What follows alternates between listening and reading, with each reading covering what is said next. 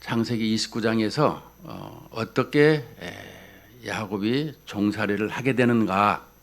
우리는 하나님의 자녀요, 또 하나님을 일찍이 체험하고 하나님의 사람으로 살아가고 있음에도 하나님의 뜻보다는 내 생각으로 살아가는 것을 볼 수가 있습니다. 오늘 또 여기 하나님을 28장에서는 이 베델에서 하나님을 만났으나 외삼촌의 딸을 보고 이제 자기가 계산을 하고 7년 동안을 머슴살이를 하면서 그 딸을 달라고 하는 것을 볼 수가 있습니다. 물론 우리는 이 야곱을 바라볼 때 하나님께서 야곱을 이 외삼촌 라반의 집에 이 하란 땅으로 보내신 하나님의 뜻을 기억을 해야 되는 것입니다. 우리는 하나님의 뜻보다는 내 뜻을 앞세우기 때문에 많은 사건과 문제가 발생이 됩니다. 이 세상이 온통 여러분 전쟁이 일어나는 것이 왜 일어날까요? 그 이면에는 다 자원이라고 하는 돈이라고 하는 것이 계산되어 있는 것입니다. 세계 경찰 노릇을 하고 여러 가지 평화를 말하고 있지만 그러나 실상은 그 깊은 내면을 들어가서 보면 모든 사람들이 자기의 이익과 유익을 쫓는 것을 많이 볼 수가 있습니다. 하나님께서는 이 세상을 창조하실 적에 하나님의 뜻을 쫓아서 살아가도록 우리 인생을 만들었던 것을 기억을 해야 되는 것입니다. 근데 이 세상이 살아가면서 힘들다고 우리는 내 생각과 내 계획과 내가 가지고 있는 것을 앞세우면서 살려고 할 때가 너무나 많이 있더라는 것입니다. 오늘 성경이 무슨 내용입니까? 하나님께서는 무슨 말씀을 설교하라고 하실까요? 하나님의 이름과 하나님의 계획과 하나님이 하시고자 하는 일을 설교자들에게 전파하라고 하는 것입니다. 그러면 우리 듣는 우리 청중들은 그런 모습 속에 어떻게 받아들이고 있느냐라는 것입니다. 우리는 하나님의 뜻보다는 하나님 내가 나왔고 하나님 뜻대로 이렇게 예배드리고 있지 않습니까? 여러분, 그러나 우리가 하나님을 생각할 때에 멀리 계신 하나님, 내가 이렇게 뭔가를 하게 되면 하나님이 해결해 주신다는 그런 것으로 생각하는 하나님은 아니셔야 됩니다. 왜냐? 하나님은 우리 안에서 함께 하시고자 하는, 집을 짓고 함께 하시고자 하는 그 뜻을 가지고 있고 또 그렇게 행하고 있는 것을 볼 수가 있습니다. 주일학교 때에 포도나무 비유에서 나무에 가지가 붙어 있으면 열매를 맺듯이 우리가 주님과 함께 동행하면 하나님의 말씀에 의지해서 살면 우리가 저절로 하나님의 말씀에 열매를 맺게 되어 있는 것입니다. 그런데 우리는 내 뜻과 내 힘으로 그 무엇을 하려고 하는 것을 볼 수가 있어요. 그것은 하나님의 뜻을 버리고 내 뜻을 앞세우면서 살아가는 것이다 라는 것입니다. 오늘 또 우리들에게 들려주시고자 하는 하나님의 말씀이 뭐냐? 하나님이 계획하시고 하나님이 섭리하시고 하나님이 이끌어 가시는 것을 너희들이 아무리 너희 뜻대로 하지만 그것을 하나님께서 그것을 활용해서 이용해서 하나님의 뜻을 이루어 가시는 것을 또한 보고 있더라라는 것입니다. 아무리 내 뜻과 내 힘을 가지고 살아가려고 하지만 그것조차도 하나님께서 다 아시고 우리의 생명을 주관하시는 하나님이십니다. 우리의 영혼과 우리의 모든 삶을 아시는 하나님이시라는 거예요. 그럼에도 우리는 하나님을 그러거나 말거나 이런 생각을 할 때가 너무나 많이 있어요. 우리는 하나님의 뜻을 바르게 알고 어떻게 하든지 하나님의 뜻에 부합하도록 살아가려고 노력을 해야 되는 것입니다. 신학교를 다니게 되면 조직신학이라는 게 있는데 그 안에서 기독론이라는 게 있어요. 신론, 기독론, 인간론, 구원론, 종말론, 교회론 다 있지만 기독론은 뭐냐? 사람인데 하나님께서 어떻게 우리와 함께 내 안에 집을 짓고 사는 것인가? 그것을 말씀하는 것이 기독론이에요. 그러니까 우리의 죄가 있는데 하나님께서는 우리가 죄가 있기 때문에 하나님 앞에 나아갈 수가 없어서 하나님께서 친히 몸을 입고 이 땅에 오셔서 이 중보자로 예수 그리스도께서 이 땅에 중보자로 오셔서 십자가를 지시고 이 우리의 죄를 대속하시고 부활하시고 승천하셔서 우리와 함께 하나님의 보좌에 앉으셔서 우리가 주님을 예배하고 있더라. 이렇게 성경은 가르쳐 주고 있습니다. 에베소 2장 6절에서 우리는 이처럼 하나님의 말씀에 의지해서 살아가는 것이라는 것을 기억을 해야 되는 것입니다. 자, 먼저 본문을 보도록 하겠습니다.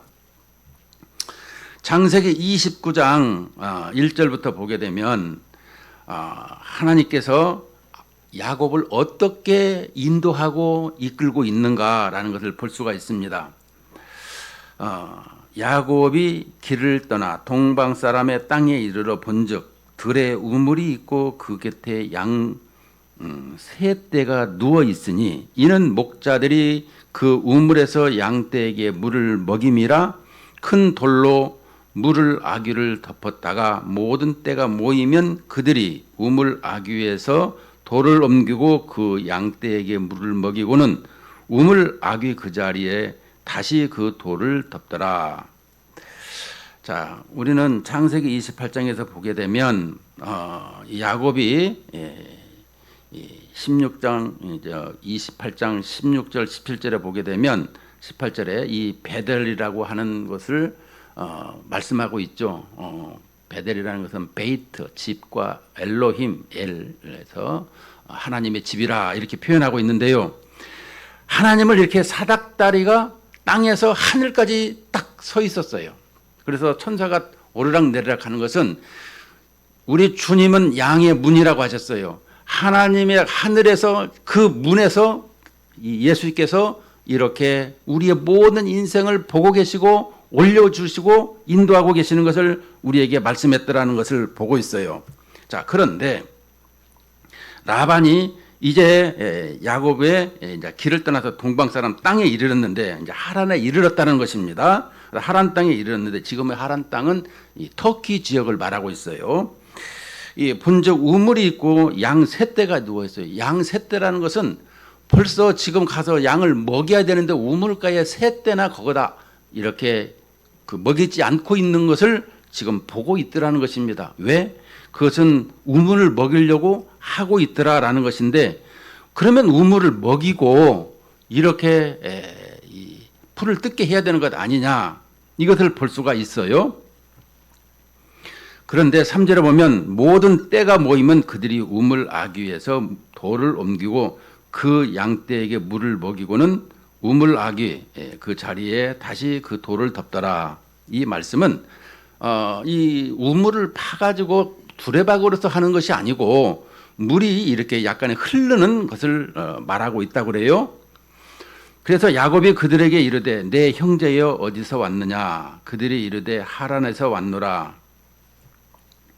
야곱이 그들에게 이르되 너희가 나홀의 손자 라반을 아느냐 그들이 이르되 아노라. 야곱이 그들에게 이르되 그가 평안하냐 이르되 평안하니라. 그의 딸 라헬이 지금 양을 몰고 오느니라. 무슨 말이냐고 하면은 하나님의 시간은 지금 야곱을 우물가에 가게 하셔서 그 사람을 만나게 하시고 라반의 딸 여기 보면 라헬을 만나도록 하나님의 시간이 정해져 있고 지금 거기에 모이고 있더라라는 것을 우리는 알 수가 있는 것입니다.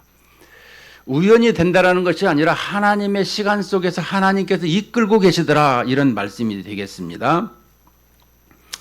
그래서 6절에 보니까 야곱이 그들에게 이르되 그가 평안하냐 그래서 라헬이 지금 양을 몰고 오느니라.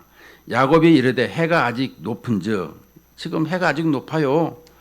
가축 모일 때가 아니니 양에게 물을 먹이고 가서 풀을 뜯게 하라. 예, 그렇죠. 지금 이 사람들은 목동이 자기 양이 아닌 게으름을 가지고 있더라라는 것을 지금 이 야곱이 목도하고 있는 거예요. 그들이 이르되 우리가 그리하지 못하겠노라. 때가 다 모이고 목자들이 우물 아귀에 돌을 옮겨야 우리가 양에게 물을 먹이느니라. 중동에는 이렇게 물이 귀하니까 이렇게 한다고 하고 있습니다. 그러나 이 본문에서 얘기하는 것을 가만히 이렇게 깊게 쳐다보게 되면 그들이 좀 게을렀더라라는 것을 볼 수가 있어요. 야곱이 그들과 말하는 동안 라헬이 그의 아버지의 양과 함께 오니 그가 그의 양들을 치고 있었기 때문이라. 야곱이 그의 외삼촌 라반의 딸 라헬과 그의 외삼촌 양을 보고 나아가 우물하기 위해서 돌을 옮기고 외삼촌 라반의 양떼에게 물을 먹이고 그가 라헬에게 입맞추고 소리내어 울며 그에게 자기가 그의 아버지의 생질이요 리브가의 아들됨을 말하였더니 라헬이 달려가서 그 아버지에게 알림해 라반이 그의 생질 야곱의 소식을 듣고 달려와서 그를 영접하여 안고 입맞추며 자기 집으로 인도하여 드리니 야곱이 자기의 모든 일을 라반에게 말하매. 이 라반은 원래가 이 본성적으로 그 이렇게 일가 친척들을 그냥 좋아하고 뭐 입맞추고 이런 스타일의 사람이 아니에요.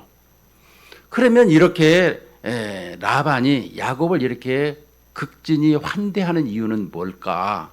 그것은 이 24장 28절에서 33절, 특별히 30절에 보게 되면 그 당시에 이삭의 아내를 이렇게 맞이하기 위해서 그 아브라함의 종이 이제 낙타를 많이 끌고 그리고 이 코걸이와 귀걸이 또 이 손목걸이를 많이 가지고 갔어요. 그런데 그때에 리브가를 만났는데 그 리브가에게 이 가지고 있는 금 코걸이와 귀걸이를 이 손걸이를 먼저 주었어요. 라반이 딱 보니까 아브라함의 종이 그 아브라함이라고 하는 아버지가 이삭의 아들을 위해서 이렇게 며느리를 구하러 왔는데 대단히 부자라는 걸 알게 되었어요.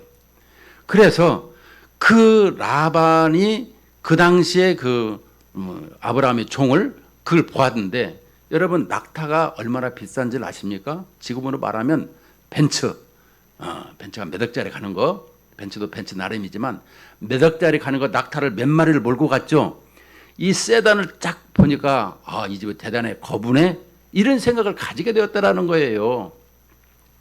그런데 여기 오늘 29장 13절에서 라반이 그의 생질 야곱의 소식을 듣고 달려와서 그를 영접하였다. 달려와서 영접했다라는 것은 이 야곱에 대한 꿍꿍이가 이미 있었다. 이것을 말하고 있습니다. 자, 그러면 이제 본론으로 좀 들어가서 보게 되면 14절에 라반이 이르되 너는 참으로 내 혈육이로다 하였더라. 야곱이 한 달을 그와 함께 거주하더니 한 달 동안을 집에서 외삼촌 집에서 있었어요. 그냥 먹고 마시고 자고. 그런데 라반이 야곱에게 이르되 내가 비록 내 생질이나 어찌 그저 내 일을 하겠느냐. 내 품삯을 어떻게 할지 내게 말하라. 이 외삼촌이 말하면은 외삼촌에 대해서 이렇게 말하라고 이야기해야 되는데 자기가 얘기하는 것과 또 이것을 말하라고 하면 하나님 앞에 기도하고 물어봐야 되는데 묻지 않는 것입니다. 그래서 자기 생각에 좋을 대로 이제 이 얘기를 합니다. 라반에게 두 딸이 있으니 언니의 이름은 레아요 아우의 이름은 라헬이라. 자, 레아는 시력이 약하고 라헬은 곱고 아리따우니 여기서 시력이 약하다라는 것은 당시에 어느 학자들마다 들어보게 되면 눈이 갈색인데 이때의 레아는 이 푸른 눈동자를 가졌다 이 얘기하는 이 학자가 있고 또 한 학자들은 이 라헬은 곱고 아리답다라고 하는 것을 총체적으로 얘기할 때에 시력이 약하다 이렇게 얘기하는 사람이 있더라는 것입니다. 마지막으로 또 하나가 있다라면 이 시력이 약하다라고 하는 것은 눈이 이렇게 초롱초롱해야 되는데 눈동자가 눈이 개슴츠레하게 풀려 있는 이런 눈이었다 이렇게 얘기하는 학자가 있습니다. 그런데 이게 맨 마지막에 이게 눈이 풀렸다라는 것이 조금 더 동의를 많이 얻는 것을 볼 수가 있어요. 야곱이 라헬을 더 사랑함으로 대답하되 내가 외삼촌의 작은 딸 라반을 위하여 외삼촌에게 7년을 섬기리니 라반이 이르되 그를 내게 주는 것이 타인에게 주는 것보다 나으니 나와 함께 있으라. 자, 이 라반의 꿍꿍이가 조금 들어있는 것이 조금 드러났어요. 왜냐하면 내가 이 라헬을 사랑하니까 7년 동안 섬길 테니까 라헬을 나에게 주시오. 그런데 확답을 하지 아니하고 타인에게 주는 것보다 나으니까 나와 함께 있으라. 어떻게 보면 이 라반은 자기 나름대로의 계산이 다 있었더라는 것입니다. 얼마만큼 사람들은 이런 부분을 잘 생각을 해봐야 되는 것입니다. 저 사람이 지금 무슨 말을 하고 있는가? 실은 이 29장에서 보게 되면 이 하나님께서 야곱을 라반에게 보내는 것은 아내를 얻기 위해서 보낸 것입니다. 이삭이 이렇게 하나님의 계획 속에서 이삭이 라반의 집으로 보내는 것은 이 신부를 얻도록 거기에 보냈더라는 거예요. 왜냐? 그 가나안 땅에는 우상을 섬기는 여자, 이제 심판을 받아야 될 그 땅이기 때문에, 그래서 하나님께서는 거기 좋지 않고 그래서 믿음의 사람 형제를 쫓아서 이렇게 가라고 해서 이 며느리를 구하려고 온 것이죠. 그러면 하나님께서 어떤 며느리를 줄 것인가 이런 생각을 가지고 기도를 해야지 자기 생각대로 한다라는 것입니다. 이게 문제인 거예요. 발생이 이래가지고 그의 인생을 보게 되면 어떻게 됩니까? 좀 보십시다. 이제 20절에 보면 라헬이 7년 동안 라반을 섬겼으나 그를 사랑하는 까닭에 7년을 어떻게 지냈어요? 며칠같이. 그러니까 이 육체의 사랑, 이성 간의 사랑이 얼마나 좋으면 7년을 그냥 며칠같이 여겼다라는 거예요. 이야. 자, 그런데 21절에 보니까 야곱이 라반에게 이르되 내 기한에 찼으니 내 아내를 내게 주소서 내가 그에게 들어가겠나이다. 참 이것도 좀 당돌해요. 여러분 아무리 내가 7년 동안 이렇게 머슴살이를 했다고 해도 또 종살이를 했다고 해도 이 머슴살이 종살이가 왜 해야 되느냐라고 하면 고대 근동에는 여자들을 데려갈 때에 지참금이라는 것이 있어요. 다시 말하면 그 집의 노동력을 말하고 있는데 그 노동력이 이 시집을 가게 되면 없기 때문에 그 노동력에 대한 값을 주는 거예요. 제가 중동을 이렇게 가면서 보니까 보통 소 10마리 값을 얘기할 때가 많이 있어요. 우리 소 한 마리가 얼마죠? 뭐 500만 원, 800만 원 이렇게 합니다. 한 8천만 원 정도 이렇게 준다 그래요. 제가 이렇게 계산을 해보니까. 그런데 대학교를 나온 여자들에게는 2배를 줘야 된대. 소 20마리. 아, 왜냐? 교육을 많이 시켰으니까. 이런 것을 또 보게 됐어요. 근데 라반에게 지금 자기는 무일푼이잖아요. 종살이를 한다고 생각할 때 우리가 1년 연봉 생각을 한번 해봤어요. 5천만 원, 1억. 보통 5천만 원으로 생각했을 때 14년을 하면은 얼마나 될까? 또 돈 매덕 돼요. 뭐 환산할 때마다. 자, 그래서 이에 21절에 내 아내를 내게 주소서. 그런데 이 부분을 볼 때에 아무리 외삼촌의 딸이고 내가 종살이를 하면 해서 아내를 지금 지참금을 줬다고 하지만 당돌하게 너무 이야기하지 않습니까?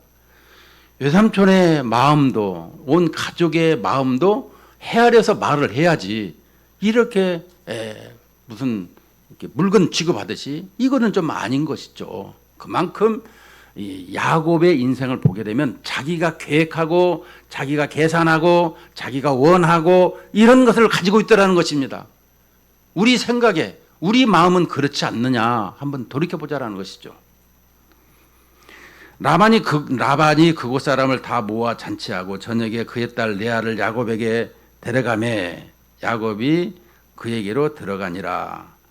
당시에 이제 결혼식을 하게 되면 우리가 리브가가 이렇게 모자를 쓰면서 이렇게 얼굴을 가리잖아요. 그런데 밤에 이제 보면은 더 보십시다. 저녁에 그의 딸 레아를 야곱에게로 데려가며 야곱이 그에게로 들어가니라. 라반이 또 그의 여종 실바를 그의 딸 레아에게 시녀로 주었더라. 야곱이 아침에 보니 레아라. 라반이 라반에게 이르되 외삼촌이 어찌하여 내게 이같이 행하셨나이까? 내가 라헬을 위하여 외삼촌을 섬기지 아니하였나이까? 외삼촌이 나를 속이시면 어찌 됨이니까? 라반이 이르되 언니보다 아우를 먼저 주는 것은 우리 지방에서 하지 아니하는 바이다. 이를 위하여 7일을 채우라. 자, 그 7일을 그 결혼식에 그 7일간 쉬는 것을 얘기하는 것입니다. 자, 문제는 이 결혼식을 언제 하죠? 밤에 하죠. 자, 밤에 했습니다. 왜냐하면 아침에 보니까 레아라라고 하는 것을 보면은 이 밤에 캄캄한 밤에 이것을 그 얼굴을 가리고 이제 방에 있을 때 이 야곱이 들어왔어요. 그러니까 언니인지 동생인지를 몰랐던 것이죠. 아침에 일어나서 보니까 이 언니 이 레아네. 이게 그래서 왜 나를 속이십니까? 그런데 자기가 속인 것을 그대로 갈라디 6장에 보면 사람은 뿌린 대로 거두는 것입니다. 여러분, 하나님께서 여기다 콩 심었는데 팥이 나오고 고구마를 심었는데 감자가 나온다면 이 세상에 온통 질서가 없는 거예요. 하나님께서는 그 모든 것을 그대로 지키시는 분이세요. 그래서 내가 뿌린 대로 거둔다는 것은 그건 섭리에 의해서 되어지는 거예요. 그런데 여기도 오늘 또 보게 되면 자기가 이게 하나님의 계획 속에서 이게 야곱이 이 장자가 되고 에서가 이제 그 섬기는 것으로 하나님의 약속해 주셨는데 자기가 자기 힘으로 장자권을 뺐습니다. 그리고 아버지를 축복을 할 때 아버지를 속이죠. 그대로 당하는 것을 볼 수가 있습니다. 여러분, 하나님께서 이렇게 우리의 인생들에게 행하는 그런 것을 볼 때마다 우리는 이것을 잘 기억해야 되는 것입니다. 그래서 라반은 우리 지방에서는 언니보다 아우를 먼저 보내는 것이 없다. 그걸 증명할 방법은 없어요. 그냥 이 라반이 이 얘기하는 것 뿐이에요. 문제는 우리에게 이 속인 거에 대해서 라반이 얼마만큼 이 생각을 많이 했을까. 내가 아버지를 속였더니 외삼촌이 그대로 나에게 이게 속이는 거예요. 그러니까 고등 사기꾼이라고 하는 얘기가 여기 있는 거예요. 하나님은 내가 이 사기를 잘 치면 너보다 사기 더 잘 치는 사람을 만나게 해서 아주 흔적도 없이 뽑아버리게 하더라라는 것을 볼 수가 있습니다. 그래도 야곱의 그 기질이 뽑혀졌는가? 아니요. 우리는 창세기 죽을 때까지 보게 되면 그대로 있는 것을 볼 수가 있습니다. 그래서 27절에 7일을 채우라. 우리가 그도 내게 주리니 네가 또 나를 7년 동안 섬길지니라. 자, 그래서 이제 몸종도 실바를 주고 7년 동안을 더 섬기라고 했어요. 그래서 야곱이 그대로 하여 그 7일을 채움에 라반이 딸 라헬도 그에게 아내로 주고 라반이 또 그의 종 비라를 그의 딸 라헬에게 주어 시녀가 되게 하매 야곱이 또한 라헬에게로 들어갔고 그가 레아보다 라헬을 더 사랑하여 다시 7년 동안 라반을 섬겼더라. 자, 우리에게 오늘 14절에서 20절 그 말씀 속에서 핵심이 있지만 문제는 우리에게 끝까지 이렇게 하나님을 사랑하고 하나님 뜻보다는 자기의 생각과 자기의 계산으로 살아가는 그 인생을 보게 되더라는 것입니다. 우리는 야곱을 항상 생각할 때마다 야곱이 그의 인생을 이 창세기 49장에서 죽을 때까지 그의 인생을 보게 되면 어떻게 결론이 나느냐. 여기서 이제 31절부터 35절까지는 이제 자식을 낳는 것을 보게 됩니다. 결혼을 했는데 자고 나니까 눈이 풀린 여자하고 살라고 하니까 못 살겠다. 그래서 하나님의 손길, 하나님의 이 눈이 어디 있느냐라고 하면 이 레아의 포커스가 맞춰져 있어요. 여러분들이 그걸 알아야 돼요. 우리는 라헬을 많이 포커스를 맞춰서 라헬처럼 아리따고 예쁘고 이런 모습을 생각하지만 라헬은 결국에는 베들레헴 에브라다에서 길거리에서 노상에 죽었고 거기다 비석이 세워지고 끝나요. 그러나 레아는 이 막벨레굴의 이 조상들의 묘에 안치되는 것을 볼 수가 있어요. 그것은 무엇이냐? 오늘 여기서 31절에서 보게 되면 아들 이 루벤, 이 시므온, 레위, 유다. 유다를 통해서 누가 나오죠? 예수 그리스도가 나와요. 그래서 이 예수 그리스도가 나오는데 우리에게 35절에서 그가 또 임신하여 아들을 낳고 이르되 내가 이제는 여호와를 찬송하려도 하고 이로 말미암아 그가 그의 이름을 유다라 하였고 그의 출산이 멈추었더라. 우리는 성경을 볼 때마다 내가 이렇게 보고 싶고 또 강조하는 것을 자꾸 보려고 하는데 하나님의 눈으로 하나님께서 말씀하시고자 하는 것이 무엇인지를 잘 파악할 수 있어야 되는 거예요. 여기 보게 되면 이 31절에 여호와께서 레아가 사랑받지 못함을 보시고 사랑받지 못. 그러니까 하나님께서는 우리의 감정까지 우리의 삶의 모든 것을 보고 계시더라라는 것을 말씀하고 있어요. 레아가 눈이 이렇게 이게 풀린 눈이다 보니까 사랑받지 못하고 있어요. 근데 하나님께서는 그를 사랑해서 그냥 어떻게 됐어요? 그의 태를 여셨더라. 그러니까 생명의 주관자이신 하나님께서 태를 열어서 그녀에게 자식이 있게 하고 사랑을 받도록 하나님께서 인도하고 있는 것을 보게 되더라라는 것입니다. 과연 우리는 어떻게 생각하십니까? 우리는 내가 결혼을 하려고 그래도 예쁘고 멋있고 또 내가 뜻을 쫓아서 내가 데리고 사니까 내가 원한다라는 거예요.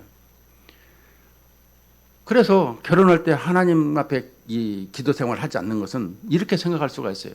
하나님께서 기도했더니 얼굴도 못생겼는데 신앙은 좋은데 그 사람에게 결혼을 하면 난 어떻게 해? 난 싫어. 이런 생각을 많이 있더라는 거예요. 하나님이 원하시고 하나님이 계획하신 뜻을 쫓아서 살아야 되는데 나는 그렇게 안 살아. 난 내 눈에 좋을 대로 내가 멋있고 내가 좋은 이렇게 돈도 많고 이런 사람을 살겠다라는 거예요. 그런데 어떻게 했느냐? 이후로 이제 30장부터 나올 얘기지만은 그 레아가 생산이 이제 멈추자 그 30장 1절에 보세요. 라헬이 자기가 야곱에게 아들을 낳지 못함을 보고 그의 언니를 시기해서 야곱에게 이르되 내게 자식을 낳게 하라. 그렇지 않으면 내가 죽겠노라. 세상에 이렇게 강짜를 부리면서 나에게 자식 낳게 해달라고. 근데 하나님이 하실 일이라니까. 그래서 2절에 그렇죠. 내가 하나님을 대신하냐? 하나님이 하시는 일을 우리는 이것을 알아야 되는 거예요.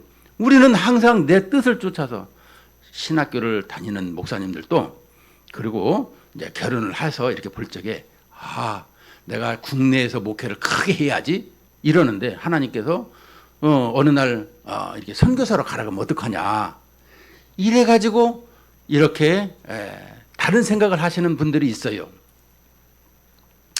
우리는 이런 부분에 대해서 좀 깊이 생각할 필요가 있는 것입니다. 오늘 여기에 보게 되면 물론 이 하나님께서 야곱을 그 레아 집안에 보내는 것은 거기서 부인을 얻게 하기 위함인데 레아를 줄지 라헬을 줄지 그것은 하나님의 뜻에 의해서 결정이 될 것입니다. 그런데 자기가 라헬을 이렇게 선택함으로 말미암아 레아 또 실바 또 여기 누구예요? 비라 이렇게 4명의 이 부인을 얻게 됩니다. 물론 12 아들을 얻고 12 이스라엘 지파를 만들어서 이스라엘 나라를 건국하게 되는 것을 볼 수가 있는데요. 이 하나님의 뜻이죠.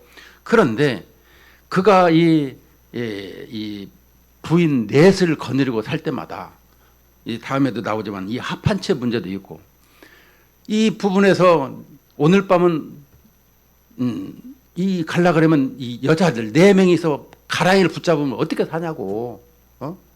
그래서 이 창세기 46장에 보면 이 하나님의 뜻을 많이 체험하고 나서 이 애굽 왕에게 이 머리에다가 안수를 하잖아요. 그러니까 어쭈 네가 몇 살인데 나한테 지금 이렇게 안수를 하냐는 그런 어조로 네 나이가 몇 살이냐 이렇게 물어봅니다. 근데 내 나이가 130년인데 내가 험악한 세월을 살았습니다. 이것은 뭐냐?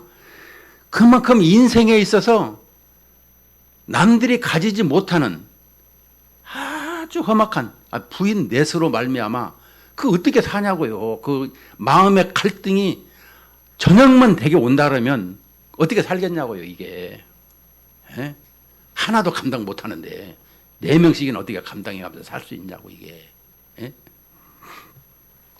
그래서 우리는 오늘 본문 속에서 가르치는 내용의 결론적인 것이 뭐냐?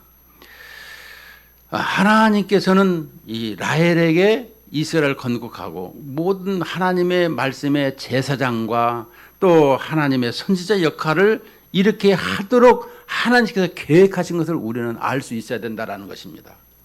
왜냐하면 아브라함을 선지자라고 하시지 않습니까?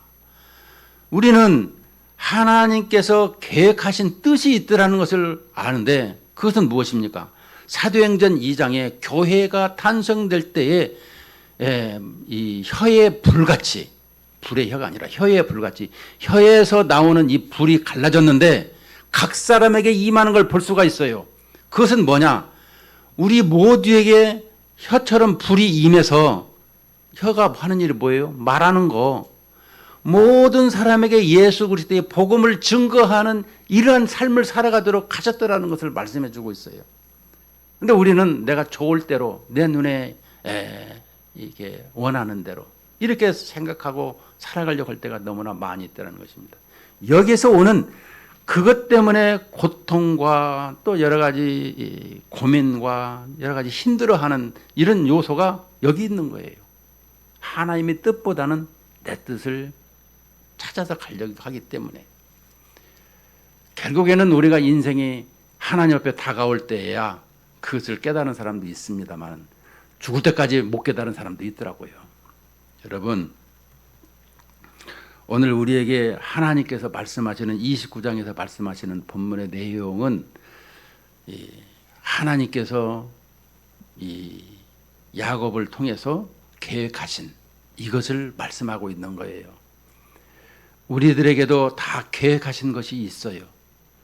근데 하나님께서 그 계획하신 것이 있음에도 우리는 하나님의 계획은 계획이고 내 계획은 내 계획이라고 생각할 때가 있는데 그렇지 않아요. 소일문답 일문일답을 보면 하나님의 영광, 하나님의 모든 것을 생각하며 기뻐하고 즐거워하는 것이 우리의 본분이라 이렇게 말하고 있어요. 하나님께서 이 세상을 창조하시고 우리를 만든 인생은 하나님을 예배하는 하나님의 형상으로 만들었다는 것을 말하고 있는 거예요. 하나님을 예배하고 그분으로 말미암아 즐거워하는 인생. 그런데 우리는 세상으로 말미암아 즐거움을 가지려고 하는 것이 있더라 이런 말씀이에요. 그럼으로써 하나님을 떠난 인생이 갈등을 느끼고 고민과 괴로움을 가지고 있는 것을 볼 수가 있는 것입니다.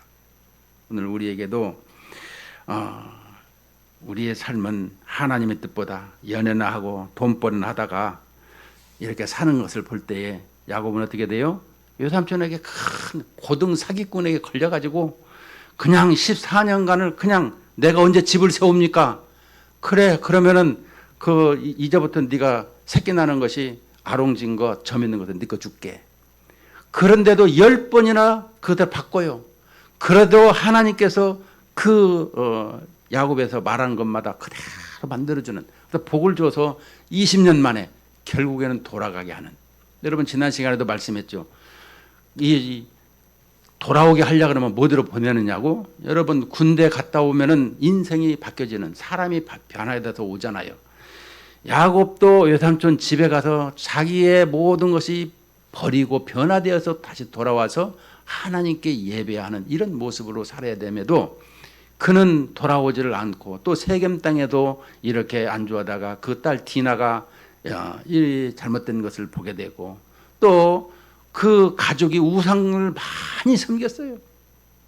자기 부인 4명인데 그 아들들이며 드라변뿐만 아니라 가지고 있는 모든 이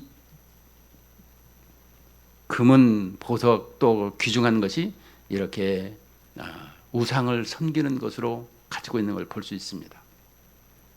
그래서 결국에는 베델레헴이 하나님의 집에 올라갈 때에 그 모든 것을 다 묻고 올라가지 않습니까? 우리의 인생도 나도 모르게 하나님을 대적하는 그런 모든 것이 많이 있어요. 우리에게 다시금 하나님이 말씀하시는 건 뭐냐? 우리는 자꾸 이 활동할 때마다 죄를 먹고 마시고 뒹굴고 이렇게 살아가고 있어요. 죄가 뭐예요? 도덕윤리 죄는 하나님의 말씀에 불순종으로 말미암아 나오는 결과물이라는 것이 이 도덕윤리적인 죄가 되는 거예요. 우리는 세상에 있는 이렇게 도덕윤리 죄를 가지고 설명하려고 하지만 그렇지 않아요. 하나님을 떠난 인생들은 그렇게 죄의 결과물이 되어진다는 것을 설명해 주고 있기 때문에 그러는 것입니다. 결론을 맺습니다. 우리에게 있어서 하나님을 항상 의지해야 되는 것입니다. 우리의 삶이 도둑당하지 않고 인생이 사기당하지 않으려면 하나님의 뜻을 쫓아 하나님과 동행하고 내 안에 하나님이 계시고 내가 하나님의 뜻을 이루어드리는 이런 신앙 고백이 되어질 때에 우리의 삶이 주님 앞에 합당한 삶을 살아가게 되더라, 이런 말씀이 되는 것입니다. 그러므로 모든 일은 주님과 아침에도 저녁에 잘 때에도 매 식사 때에도 어디에서든지 주님과 동행하는 그런 것을 보여주고 있잖아요. 우리의 인생이 이런 모습으로 승리하는 우리 일상이 되시기를 주님의 이름으로 축원을 드립니다.